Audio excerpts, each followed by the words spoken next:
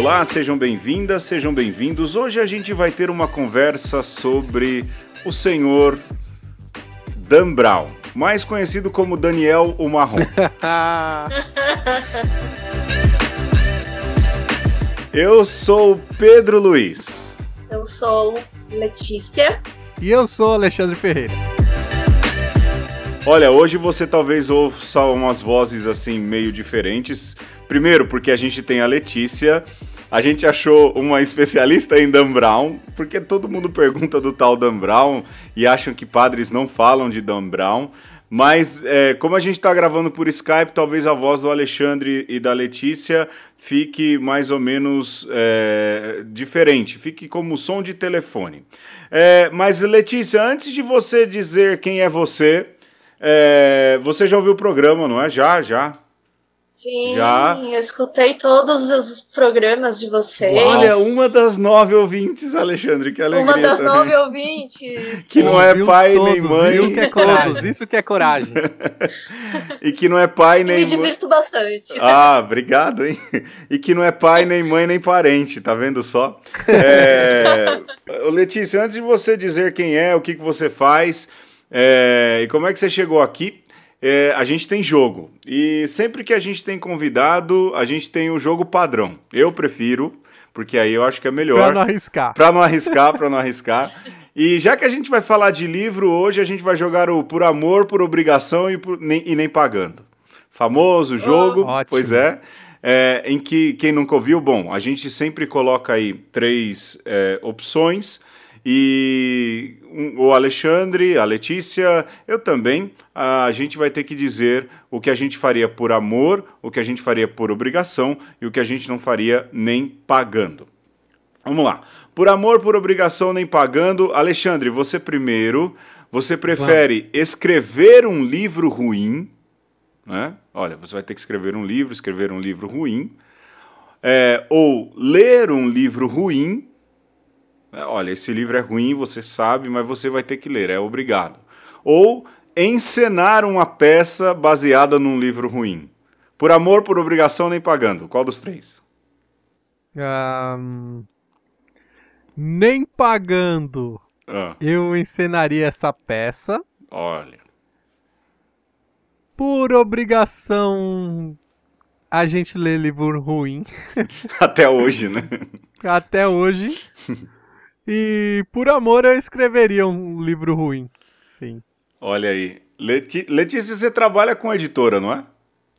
Isso, eu trabalho na editora JBC, uma editora que é voltada para mangás. São quadrinhos japoneses. Olha, ganhou meu respeito. Ganhou o respeito do Alexandre, que é fã de todos os Narutos.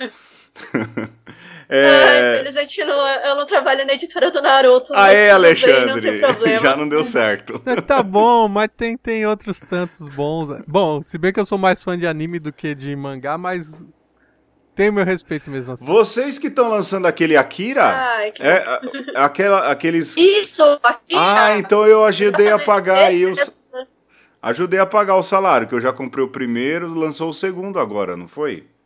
Isso, acabou de lançar o segundo, tá muito bacana, ele é semestral, mas deu uma atrasadinha aí, deu uns probleminhas aí de gráfica, de aprovação, mas agora tá entrando nos eixos e os próximos a gente espera que os deuses da gráfica nos ajudem e saia os próximos volumes de Akira. Que Tetsu interceda.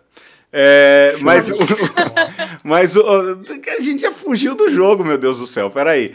Letícia, vamos lá. Por amor, por obrigação, nem pagando. Escrever um mangá ruim, ler um mangá ruim ou encenar um mangá ruim? Eu acho que eu não faria nem pagando encenar um mangá ruim. Por amor, leria um mangá ruim. E acho que por obrigação eu escreveria um mangá ruim. Você gosta de escrever essas coisas, não? Na verdade eu não escrevo nem nada, né? Não se arrisca. Não faço essa parte de escrita e tudo mais. Boa. Mas eu trabalho com comunicação e marketing, né? Então é mais a divulgação mesmo dos produtos. Alexandre, ela trabalha com o que você gosta, mas ela é do meu time, do marketing, tá vendo só? É. Essa raça, Pois né? é. Essa raça. Alguém tem que fazer o trabalho sujo. Pois é. Pois é.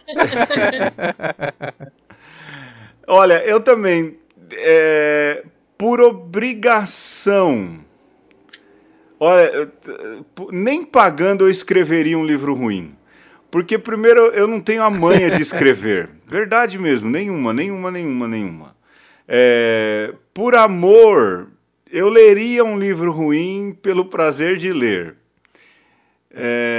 E por obrigação, eu encenaria um livro ruim, porque eu ando numa fase de pagar mico, entendeu? Então até toparia, obrigado a encenar um livro ruim. Mas olha, eu na verdade escreveria um livro ruim porque eu quero uma hora na vida escrever alguma coisa, sabe? E como eu não tenho a pretensão de ser um bom escritor, então, assim, por amor, eu sei que eu vou escrever um livro ruim algum dia. Ô Alexandre, você escreveria um livro sobre o quê? Olha, eu faria adaptação de um mangá aí. De repente faria um Akira versão brasileira. Ô Letícia, ele tá... Vai ser interessante, hein? Ele tá querendo fazer sala. Não repara. Seria, em vez de ser o Akira, seria o Atira. Atira. Atira. O 13 índios com poderes e tudo mais, né? Uma oca que dá poderes para os seus membros. Boa. Vamos. Já começou a viagem. Vamos lá para a segunda rodada do jogo. Por amor, por obrigação ou nem pagando. Já a gente está no tema de livros, vamos por livros. Pelo resto da vida ter que ler o mesmo livro. Então, você tem... E assim, é o primeiro livro que te derem. Não é nem o seu livro favorito, nem nada. Pela primeira vez, ler... aliás, passar a vida lendo o mesmo livro sempre. O outro, pelo resto da vida não poder mais ler livro nenhum. Nunca mais você pode ler livro. E a última, pelo resto da vida só ler livro ruim. Por obrigação... Por amor, por obrigação ou nem pagando. Vai, Letícia, agora é você. Ixi, que difícil agora, hein? Pois. Vamos ver.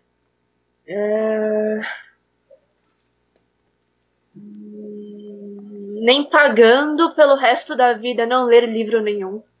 Gosto muito de ler. Nem pagando. Nem pagando. Não fico sem ler nunca, não. Isso não rola. Não. Sim.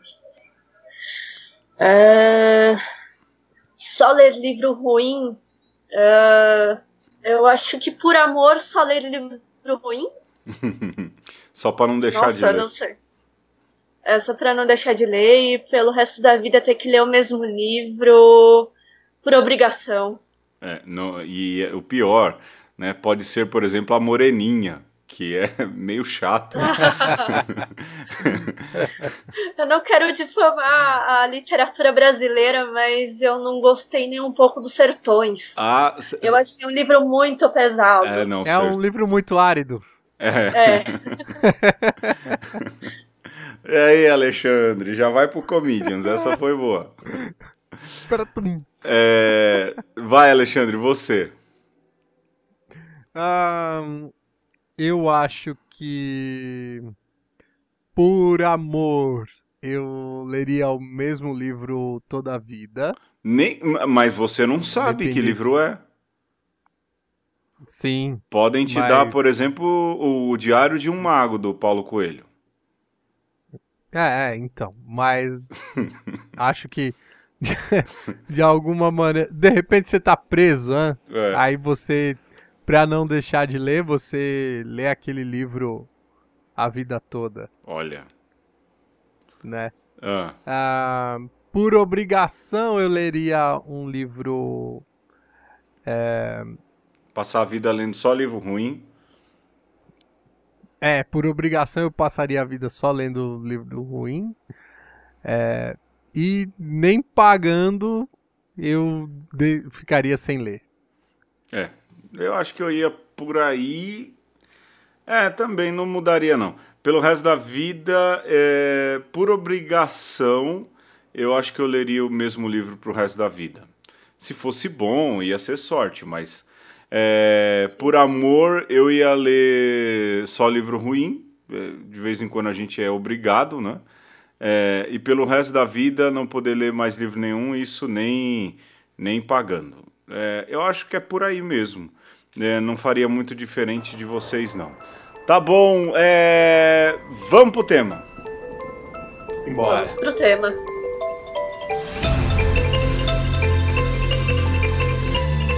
A gente resolveu falar de Dan Brown. Esse foi um tema sugerido pela própria Letícia. Aliás, Letícia, antes de tudo, nas efemérides, é Hashimoto ou Hashimoto? Hashimoto. Escreve-se com H, mas a leitura, né, a pronúncia é com R. Mas é um R lá do fundo da garganta. R de rato. Olha aí, Alexandre. Não, eu já percebi isso nas línguas que usam o H com um R, que é um R mais brando, assim, mais suave. E o R mesmo é o gutural que vem do fundo. Olha, veja, eu, tentando pagar de que sabe, esses dias eu conversava sobre um outro problema também para quem mora em São Paulo, que é o hirota, não é? Que é um mercado que Hirota, tem por aqui. Sim, pois sim, tem gente muito que conhecido. Fala hirota e hirota. E tem um padre também, a gente já falou isso no programa, Higashi, ele falou, não, é Higashi. Eu sempre falo, não, mas Higashi. é um R que vem assim, fraquinho do fundo da garganta. Aí vem a Letícia e simplifica, não, é como rato. É como rato, tá vendo, Alexandre? É como rato. Aí se você for da moca é rato. É rato, vão te chamar de Hashimoto. Então. Hashimoto. Não. Mas tá bom, olha, a gente vai falar de Dan Brown porque foi uma sugestão em uma das conversas por e-mail da Letícia. E como a gente não gosta de fugir das tretas, a gente vai falar então de Dan Brown. É curioso que eu estava procurando hoje, Letícia e Alexandre, durante o dia, né? Vaticano Dan Brown, né? E a gente vê muita gente, aliás, muitos veículos de comunicação dizendo assim: Vaticano proíbe a leitura dos livros do Dan Brown, não é? Tem no Globo, no G1 e tudo mais. Eu falei, caramba, eu lembro que eu li no seminário, eu já fui um pequeno herege, então, né? Quando foi lançado aí o Código da Vinci, e todo mundo lia esse livro no metrô. Mas depois eu vim descobrir, só rapidinho, aí daqui a pouco a gente fala das experiências aí que cada um teve com esse livro. Eu lembro que, lendo aí, que quem na verdade deu uma espetada no Dan Brown e no Código da Vinci e os outros livros foi o pregador da Casa Pontifícia, o Raniero Cantalamessa, né? Ele, Exato. Numa homilia, ele é um cara que tem uma bagagem muito grande, não é? Ele, numa homilia, deu uma espetada. É engraçado que a partir daí, o Vaticano condena. Não, mas teve gente... Tem muita polêmica aí em cima desse livro, sabe? Pela história, pelas coisas que é mencionada, né? Sim. E aí até, de repente, falaram muito sobre as coisas que acontecem no Vaticano, ou por coisas que, de repente, ninguém sabe, ou como acontece. E aí... acontecem essas polêmicas todas e o pessoal começa a generalizar os livros, né? E que não é todo livro de Dan Brown que fala tanto assim de catolicismo, de religião. Ele tem outras obras, fala sobre outras coisas. Sim, mas o Pedro, além do Raniero Cantalamessa, teve um graudão também que lá do Vaticano que foi pra cima e não foi só falou mal, não. O Cardeal Tarcísio Bertone. Ah, sim. Em 2005, quando ele era praticamente o manda-chuva. O dono da coisa. O dono do Vaticano. Porque o Papa São João Paulo II estava já bem fraquinho. Sim. Ele pediu para as livrarias católicas não venderem o livro do Dan Brown. Em 2005. Alexandre, onde você estava em 2005? Eu estava terminando a filosofia. E você, Letícia, onde estava em 2005? Eu estava... Acho que eu tinha acabado de me formar na faculdade. Olha aí, tava todo mundo bem. Todo mundo se formando em 2005, hein? Pois é. Porque foi mais ou menos essa época em que o livro foi lançado, não é? 2005? Foi, sim, em torno disso. Foi. Ô, Alexandre, eu acho que você não estava se formando na filosofia. Você já estava na teologia já, meu irmão. 2005. Eu acho que sim. Mas isso também... Vamos, depois você pensa com calma. Porque, assim, eu queria que vocês dissessem... hoje eu tô meio entrevistadorzão, né? Como chegou o livro do Dan Brown para vocês? Para mim, chegou via Padre Rodrigo Pires. Que volta e meia é citado por aqui, não é? Ele falou, não, lê o livro é bom no jeito que ele é escrito, ele prende, e o cara, ele é bom mesmo, ele desenvolve bem. Como é que chegou para você, Letícia, o Código da Vinci? Então, na verdade, foi um livro que me chamou a atenção pela capa, na livraria, né? E resolvi dar uma chance. Foi um dos primeiros livros que eu li. Inclusive tem a data aqui do livro, 9 de janeiro de 2005. Olha aí. E... Ano novo, novos conhecimentos. A igreja pedindo pra ninguém ler, a Letícia foi lá e falou, não, eu vou ler. Foi a primeira, logo em janeiro. Foi mais para entender o porquê da polêmica, né? Eu queria saber por que o livro ia trazer tanta polêmica, né? Que tava todo mundo falando a respeito dos temas que eram tratados, e aí eu não sabia se era verdade, até onde era verdade, se era mentira, se era apenas ficção, se era apenas uma ideia, uma teoria de Dan Brown, né? Sim. E aí eu comecei a ler o livro e gostei muito da pegada do livro. Essa pegada meio policial, meio investigativa, né, que tem nos livros dele. Não, o Dan Brown é muito bom nisso, né? Isso aí a gente não pode negar. Ele é muito bom fazendo isso. E você, Alexandre, quando é que você teve contato? Você leu o Código da Vinci? Eu li, eu não lembro se eu li todo, eu lembro que eu comecei a ler e foi ali num período de férias, entre a leitura das faculdades, eu peguei pra ler o livro e, assim, me lembro bastante dessa parte das explicações, que pra mim era a parte mais fascinante, de Maria Madalena, do Santo Graal e tudo, né? Sim. Mas pra mim foi isso, uma leitura de verão, assim, sabe? Pra mim também foi algo assim. Agora vocês lembram, eu acho que pra mim era o fenômeno, né? Eu nunca vi tantos livros do Código da Vinci quanto eu via no metrô de São Paulo. A gente andava no metrô, tinha alguém lendo esse livro. Vocês lembram disso? Não? Era uma coqueluche, né? Alô? Era verdade, era uma febre, né? Sim. Ai, a febre do Código da Vinci, a febre de Dan Brown. E eu vi muita gente lendo esse livro.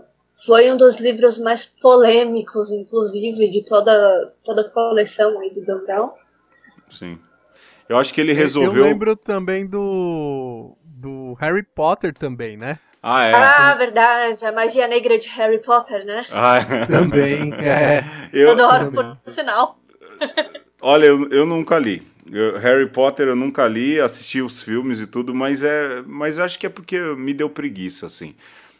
Mas é interessante, eu tava pensando aqui, Como as pessoas também confundem aquilo que é ficção com aquilo que é realidade, né? Esses dias eu estava cortando o cabelo e parece que tem uma novela do Apocalipse, não é isso? Alguém assiste? Sim. Tem? Como é que é? É a novela da Record, né? Isso terminou recentemente, né? Já teve aí o seu desfecho. E eu não acompanhei, mas falaram que foi uma novela que teve pouca audiência, talvez, né? Não sei se chamou tanta atenção das pessoas, talvez por ser uma história atualizada, né? Que se passa nos tempos modernos. Mas o que estava todo mundo esperando é que talvez fosse naquela época de Moisés, de Jesus, como eram ambientalizadas as outras novelas anteriores aí da Record, né? Mas não novela de época. De muita época, né?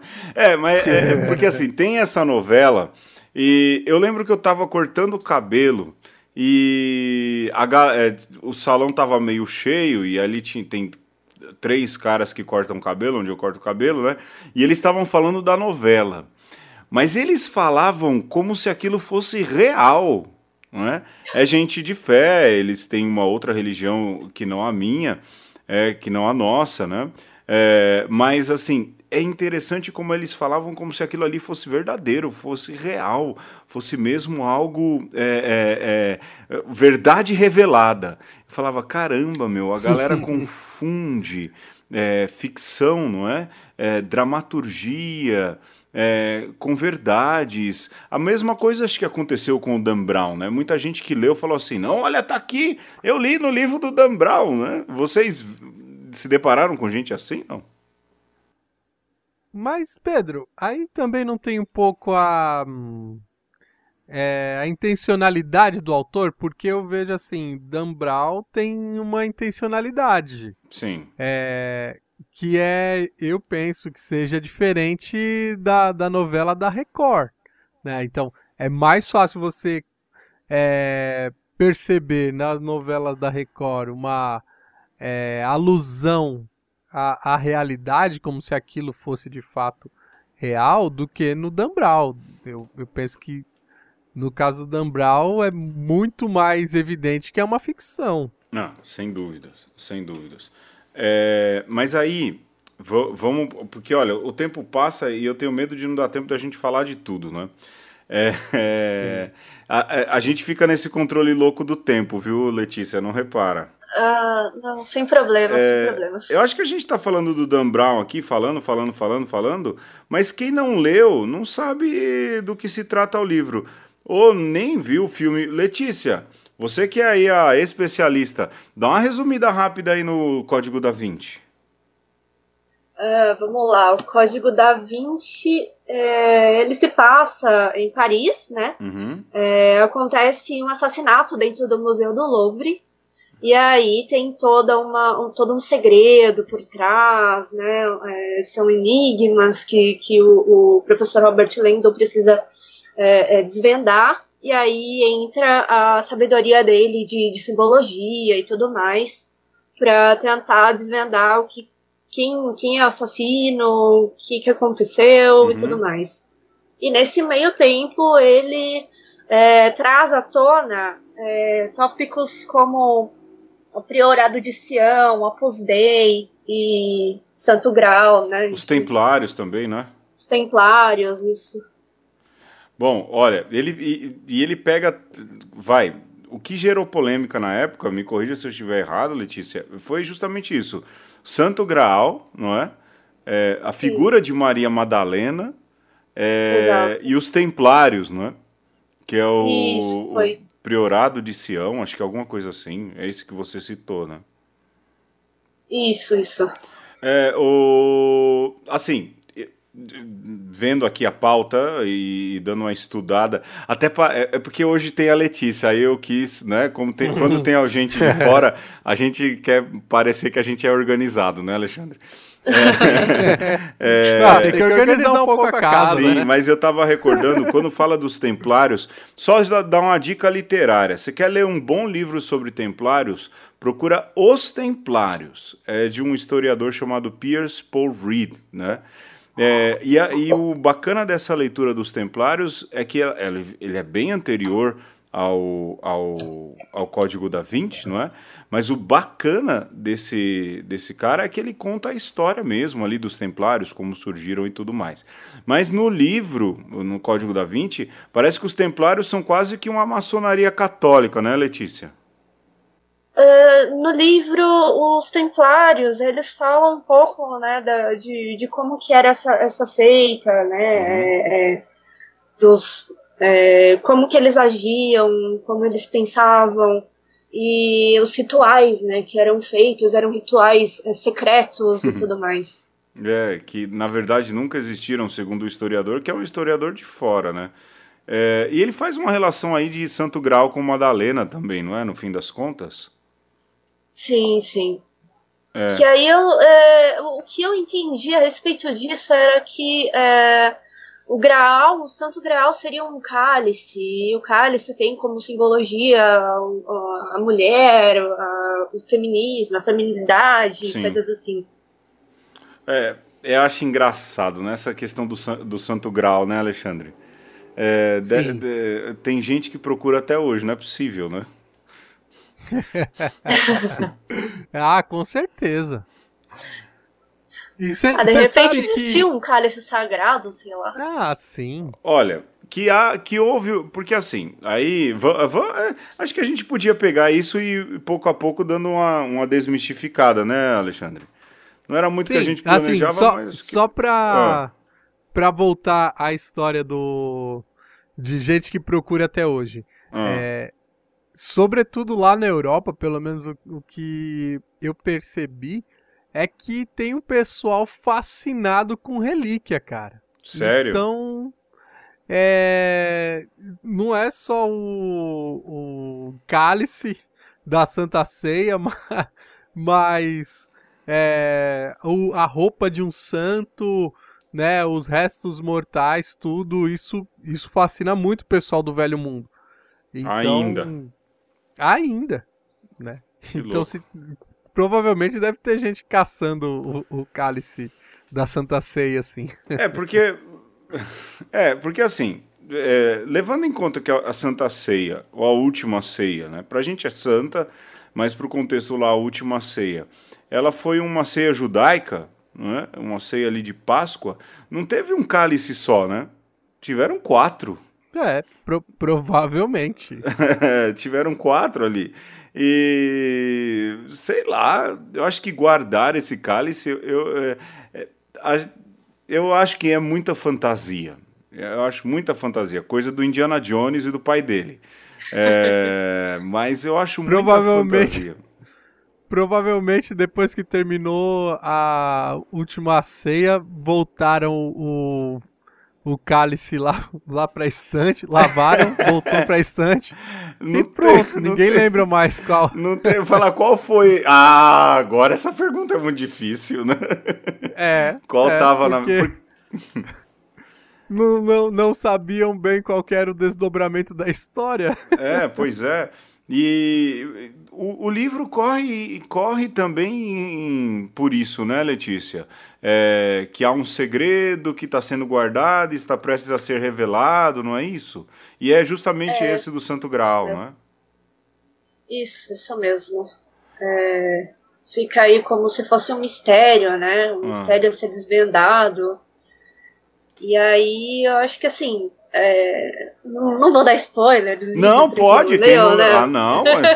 Imagina, o livro é de 2005, faz mais de sei lá quantos anos. Pode dar, fica tranquilo. A gente te protege depois. Mas aquilo que a Letícia falou também do simbolismo da mulher como vaso. Agora, você sabe que isso faz todo sentido, né?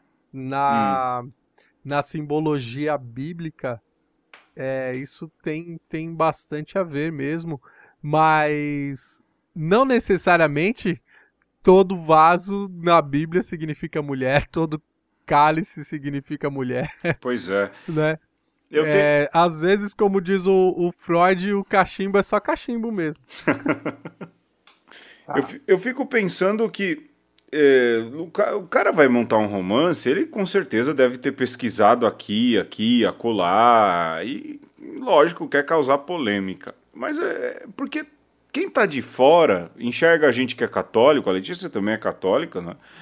Enxerga a gente como se uma missa fosse mesmo um ritual pra gente iniciada, algo fechado, né?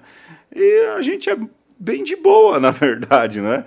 Não tem muito segredo, não. E eu acho que o que fascina e o que acaba fascinando fascina muito mais quem tá de fora do que quem tá de dentro, né? Porque a gente conhece o nosso ritmo, o nosso jeito de viver. A gente volta com Dan Brown no próximo bloco. Espera aí.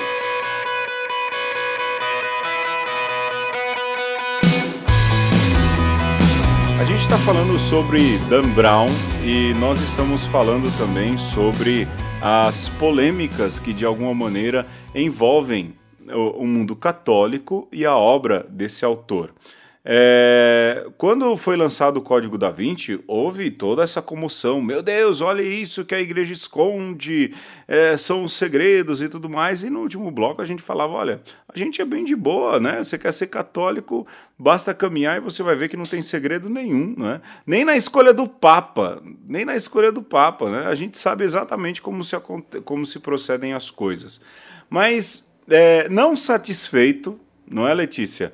Com uma polêmica, ele lança um outro livro que talvez seja mais polêmico ainda. Sim, que é o Anjos e Demônios. Aí, você leu, Alexandre? Não li. Aquele nosso amigo padre que conhece bem de... É o Padre Pistola. Que entende bem de Dan Brown, eu lembro que ele tentou me convencer de todo jeito. Né? Esse sim, esse você tem que ler. Eu não li. Mas vi o filme. Letícia, fala aí, como é que é esse Anjos e Demônios? Anjos e Demônios fala mais a respeito do conclave, a escolha de um novo papa, e entra nas polêmicas de que determinado papa, eu não sei se eu posso mencionar o nome, papa... Não, menciona, se tá no livro, vai... Falaram que João Paulo II foi envenenado e aí então precisaria ter uma exumação do corpo para confirmar realmente se a língua dele estava preta e se teve mesmo envenenamento. E isso é mencionado. João Paulo I? Acho que sim. E aí... João Paulo I. Mostra também todo o processo, né, de como funciona o conclave, né, desde as escolhas dos bispos, quem são os bispos que são candidatos a futuro papa, e como funciona tudo. Entra aí a história do Camerlengua, né, que o padre Padre Pedro tinha mencionado, que sim. Existe mesmo, né, o Camerlengua. E entra também a questão do Illuminati, né? Que o cara põe mais lenha na fogueira. Pois né? E os ambigramas e tudo mais, que são símbolos, né, que a gente pode ler de cabeça para baixo, de várias maneiras. De trás para frente. De trás para frente. E aí... Mussum, por exemplo. O ambigrama é da hora. O ambigrama é bacana, e eles mencionam, né, os 4 elementos aí, terra, ar, fogo e água, como para marcar, né, os bispos, os candidatos a futuro papa. E aí entra o querido Robert Langdon, novamente. O herói. Para poder salvar os papas. Ele acaba não chegando a tempo para salvar os 3 primeiros bispos, desculpa. E aí o último bispo ele consegue salvar, mas aí tem toda uma menção dos Illuminati e a confusão que surge com o Camerlengo e tudo mais, né? Nossa, é uma salada. Tem então. uma outra citação também que é bem nesse sentido de salada, que ele menciona, ele mistura também o CERN, né? O colisor de partículas, né? Você tá brincando. Ele menciona, assim, a partícula de Deus, né? Que eles falam Sim. que como é? Colisores de hadrons? Né? O bóson de Higgs. O colisor de hadrons. E o bóson de Higgs. De Higgs, isso mesmo. Ele cita isso. Cita. Mas... acho que foi um dos elementos que foi roubado, e aí se ficar muito tempo longe da bateria, ele explode, e aí poderia causar um segundo Big Bang e tudo mais, né? Dá uma viajada legal, assim, o Dan Brown dá uma viajada legal esse livro. Mas pera, é esse que é no túmulo de São Pedro? Isso, eu acho que sim. Ele passa por vários pontos turísticos, né, do Vaticano e tudo mais. De Roma, De Roma. Olha, é porque tá tarde, né? Mas eu tô quase ficando de pé e batendo palma pro Dan Brown aqui, pela criatividade dele, viu? E no fim o herói salva os cardeais, os bispos. Isso. E o universo. Universo. O livro é de comédia, na verdade. Tem essas questões do Camerlengo aí, né? Eu lembro... Ô Letícia, me corrija se eu estiver errado, que no trailer, eu lembro que eu vi o trailer desse filme, o Camerlengo é um padre, não é? Sim. Ele é um padre que tá ali para auxiliar o bispo, né? Ou para auxiliar o Papa. Como se fosse um secretário. Isso, secretário do Papa. Porque... Geralmente o Camerlengo, aí, né, na questão de desmistificar, né? O Camerlengo geralmente é um bispo, né, Alexandre? Sim, na verdade. Um cardeal até, né? Sim, e que tem uma função específica no conclave. Na né? preparação do conclave. Sim. Não é na preparação do conclave? Na preparação, né? Exato. Então. Só que aí tem a controvérsia, né, de que esse Camerlengo, ele foi ele que participou aí do assassinato do último Papa para poder eleger um preferido. Caramba. E tudo mais. Ai, gente, olha, eu vou te falar. Olha, eu tô levantando e batendo palma pro Dan Brown pela criatividade, né? O Camerlengo, no fim, é um mordomo do Papa ali e faz todos esses... Não é que mordomo do jeito que a gente pensa, né? Mas que faz a coisa caminhar, né? Agora, o cara colocou partícula bóson de Higgs no túmulo de São Pedro. Gente do céu. Parabéns. Mas esse é o mais polêmico dos livros. Eu acho que o Código da Vinci e o Anjos e Demônios. E tem algum outro que ele trata? Tem mais algum que aparece o Robert Langdon aí? Tem. Da... Ao todo são... Deixa eu dar uma olhada aqui. Com o Robert Langdon tem o Símbolo Perdido, o Inferno, que também teve filme, e Origem, que é o último. E todos eles falam da igreja?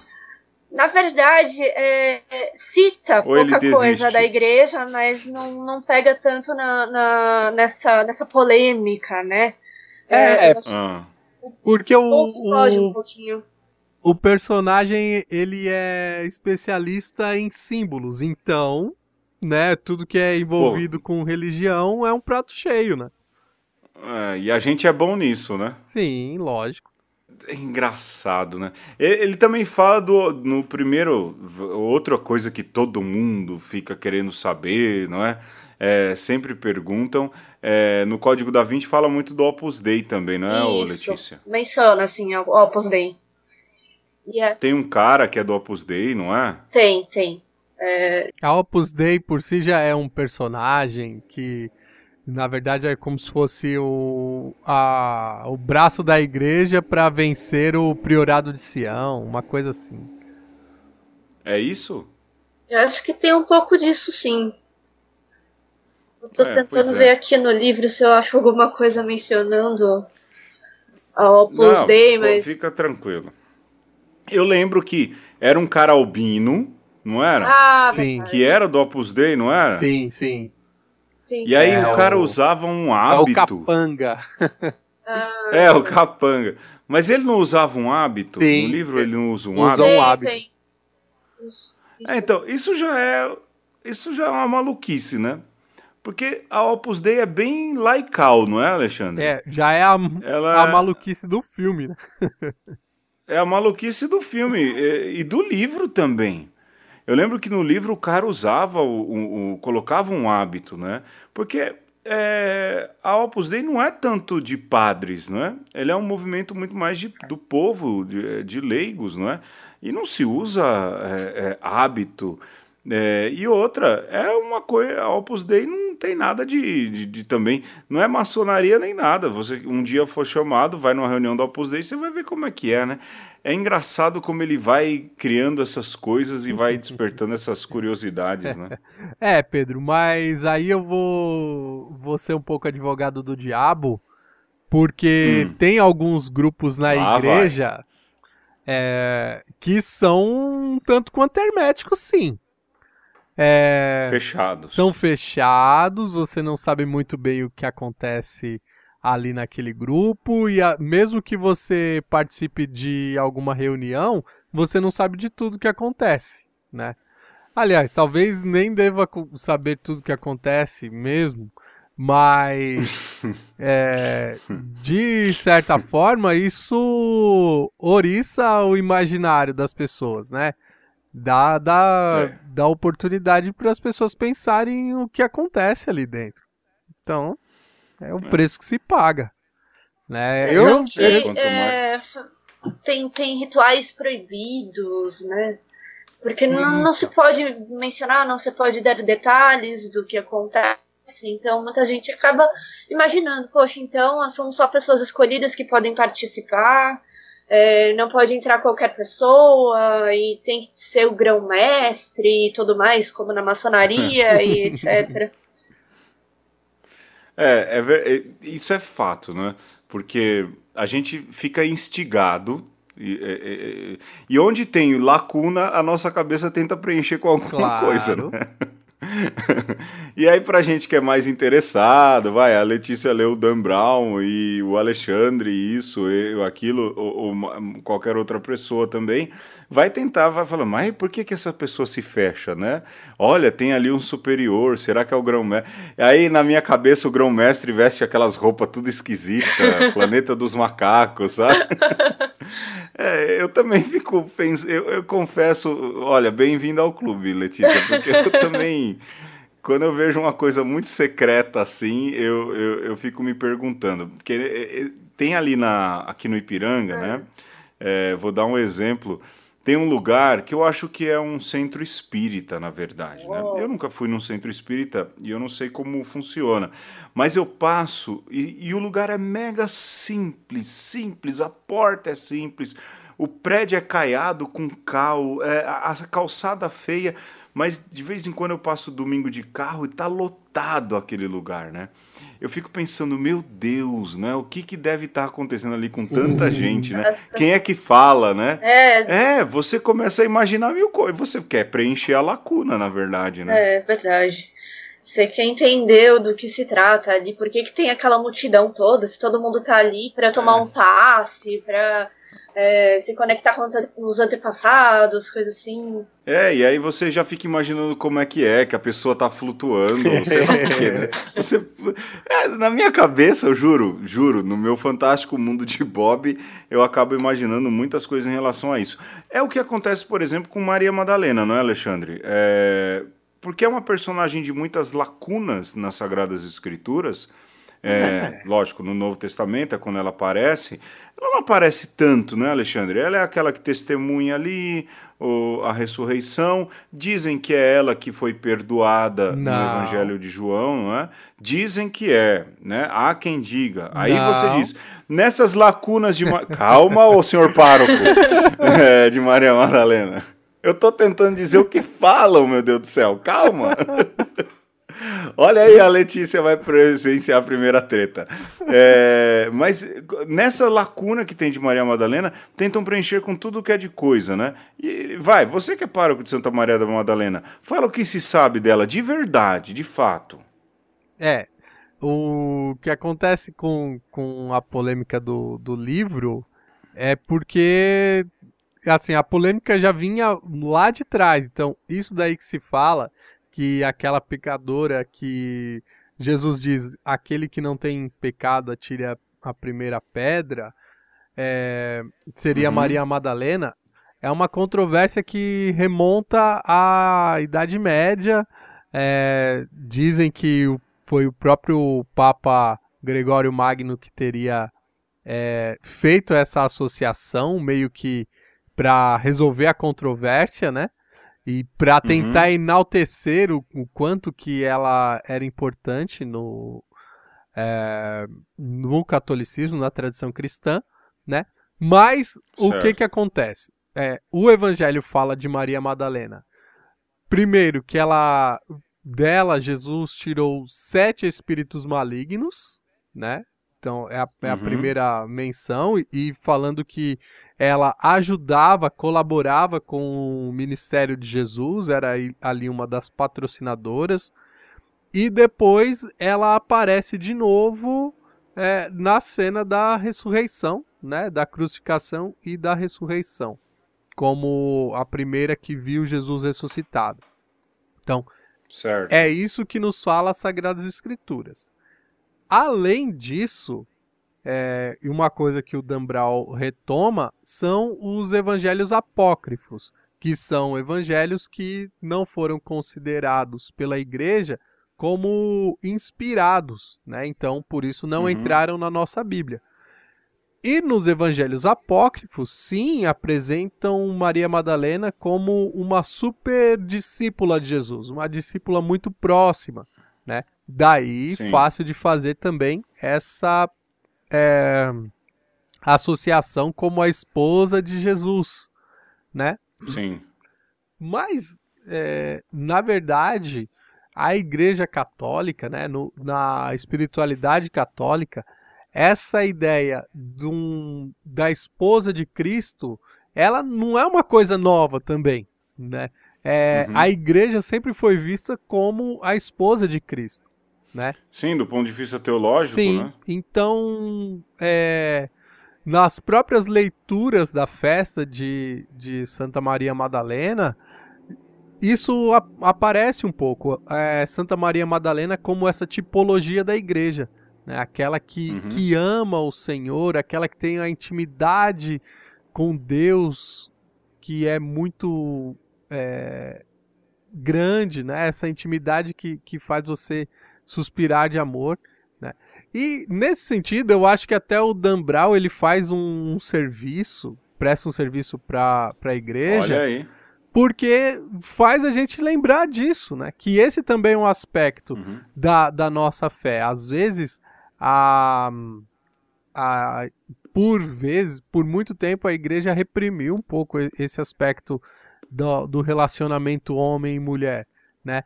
E esse botar a mulher um pouco em destaque, esse mostrar uma outra tipologia da igreja que não só Nossa Senhora, eu acho que é saudável. Sim. Sim, sem dúvidas.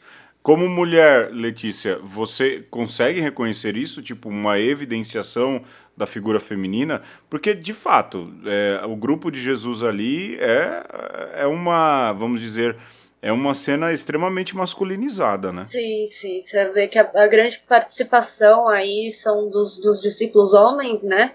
E são poucas as mulheres que são mencionadas. Inclusive, eu faço um adendo, eu não sei se eu me equivoco nisso, Mas foi Maria Madalena que enxugou os pés de Jesus com lágrimas e secou com os cabelos? Foi isso? Essa também é uma outra associação que alguns teólogos fazem. Mas não é dito verdade que é, né? Não, isso também é um pouco interpretação. Ai. E também tem uma outra associação com a Maria, irmã de Lázaro e de Marta. Verdade. Ah, tem essa também? Tem essa associação também. Inclusive, a festa de Santa Marta é 8 dias depois da festa de Santa Madalena.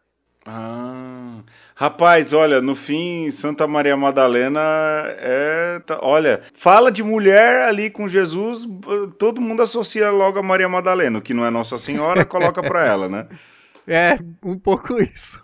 Mas olha aí, você dizia, Letícia, aí, olha, a gente deu mó interrompida, que vergonha. A gente perguntava não isso, tem problema. É porque você fez a pergunta também, né? Se era ela que enxugava sim. E tudo. Mas ver essa força de uma figura feminina que durante muito tempo ficou ali meio escondidinha. Quando o Dan Brown traz a baila aí, né? Você que lê. Isso dá uma moral mais pro gênero feminino, assim? Pra você que é mulher e que tem fé, caminha também na fé? Então, dá uma... como é que eu posso dizer? Dá um sentido maior para o papel da mulher, né? Uhum. Um poder que a mulher exerce ali, né? Tanto quanto Maria, tanto quanto Maria Madalena. E o fato dela ter se tornado santa e ter começado ali entre as pecadoras meio que dá uma sensação de que qualquer mulher mesmo hoje em dia poderia ser uma santa, poderia se transformar em uma santa, mesmo que seja um santo de calça jeans, né? Um santo jovem aí, moderno. Eu falo, esses dias eu fui dar uma palestra, eu ando com essa ideia na cabeça, eu falei que vão bater em mim, né? Que já tá na hora de renovar esses modelitos que os santos usam aí nas igrejas, né? Ninguém... Já tá na hora de aparecer um santo de cabelo roxo, umas santas de brusinha, ia ser legal, excelente. Né?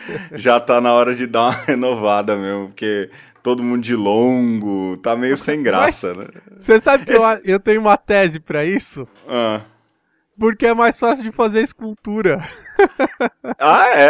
Você não precisa... Olha... esculpir perna, desenhar a perna dá muito trabalho, isso é verdade. Olha, é só passar ali a argila e já era, né? Esses dias já que a gente entrou na polêmica, surgiu uma imagem de Nossa Senhora de calça jeans, né? Eu não sei se você chegou a ver, Letícia. Eu acho que o Alexandre viu, eu mostrei para ele, e foi uma imagem interessante, lógico, né? A turma mais tradicionalista ficou brava e tudo mais, mas eu até achei respeitosa. Se ela fosse um jovem desse tempo, era a roupa que usaria. Você chegou a ver, Letícia, essa imagem? Eu cheguei a ver, assim, de relance, né? Não cheguei a ver tantos detalhes, mas... Te ofendeu como católica? Olha... Um pouquinhozinho, aquele pedacinho, eu acho que eu fiquei um pouquinho ofendida, porque a gente vê os santos todos com túnicas, com véu e tudo mais, e aí choca um pouco, né, a visão de um santo ou uma santa com uma calça jeans. Mas é para retratar que, por que não, jovens atuais, jovens modernos de hoje em dia, não se tornem uma santa, né? Sim, a preocupação também é se ofende alguém. Ofendeu você, Alexandre? Não, e eu acho interessante você trazer isso, Pedro, porque, de certa forma, se conecta com essa polêmica do Dan Brown, porque, tanto num caso quanto no outro, o que você tem? Um depósito de simbologia, um depósito simbólico de uma fé, de uma tradição de um grupo religioso, que ele é tirado do seu contexto e reaproveitado, né, ressignificado. Então, assim, quando você entende que é uma obra literária, quando você entende que é uma peça artística, então, por mais que te choque, você consegue transpor, né? Você fala, tá ok, gostei, não gostei, mas dentro de um contexto de arte, isso é válido. O problema é quando você pega essa, vamos dizer, subversão e quer fazer o contrário, quer jogar dentro do ambiente religioso. Aí dá o choque mesmo, né? Aí é que não pode acontecer. Você não pode ler Dan Brown como se fosse um livro de verdades e você não pode pegar essa santa que foi feita aí e colocar no altar, né? Então, esse é o lance, né? Assim, a gente conseguir perceber que esse depósito simbólico ele tem um valor que transcende o nosso grupo, mas que o nosso grupo não pode se tornar assim também um censor, né? Um censor. O censor é uma palavra boa daquilo que acontece para além do nosso culto, para além daquilo que a gente considera como espaço sagrado. Pois eu também acho, mas eu sempre me preocupo, por isso que eu perguntei para ti, Letícia, se ofende, né? A gente sempre tem que se preocupar com quem crê. Mas eu penso, pode parecer assim um pensamento, né? Penso. Eu estou repetindo, estou muito repetitivo nas palavras, mas eu penso que a gente tem que deixar um pouco... por mais que às vezes ofenda, a gente não pode ser censor. E arte é arte, né? A gente não está muito na cabeça do artista e a gente, no mínimo, a gente pode se ofender e tudo, mas a gente tem que tentar entender. É aquilo que o Alexandre disse, vai para o Dan Brown, vai para também o cara que fez aí a imagem de Nossa Senhora vestindo uma calça jeans.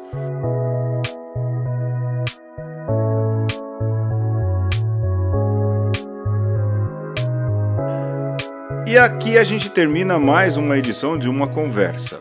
Dessa vez a gente tentou falar de Dan Brown. Na verdade a gente começou a falar do Dan Brown, mas depois a gente escorregou, iluminados aí pelas polêmicas que vêm salpicadas nos livros, conforme a Letícia veio nos ajudando, porque eu mesmo só li o Código da Vinci e a gente acabou falando até de Nossa Senhora de calça jeans.